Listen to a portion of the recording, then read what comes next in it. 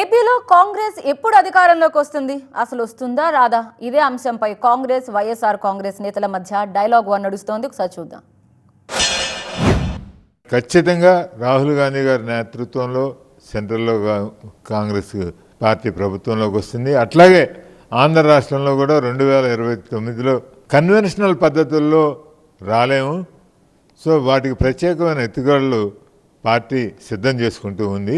2029లో కాంగ్రెస్ జెండా డెఫినెట్గా ఎగరవేస్తాం. ఇంకా ఇప్పుడే కదా మొదలైంది. సహజంగా చాలామంది టచ్లోకి వస్తున్నారు. కాంగ్రెస్ పార్టీకి మొన్న జరిగిన ఎన్నికల్లో ఎంత పర్సెంటేజ్ వచ్చింది, ఇక్కడ మాకెంత వచ్చింది? మాతో కాంగ్రెస్ పార్టీ, ఇక్కడ మాది వైఎస్ఆర్ కాంగ్రెస్ పార్టీ, మాకెక్కడ కూడా ఎవరితో థ్రెట్ ఉండదు. ప్రజల మనసులో చెరగని ముద్ర వేసుకున్నాం కాబట్టి ఈ రోజు కాకపోతే రేపైనా ప్రజలు మా వైపే వస్తారు. మా లీడర్ జగన్ గెలిపిస్తారు.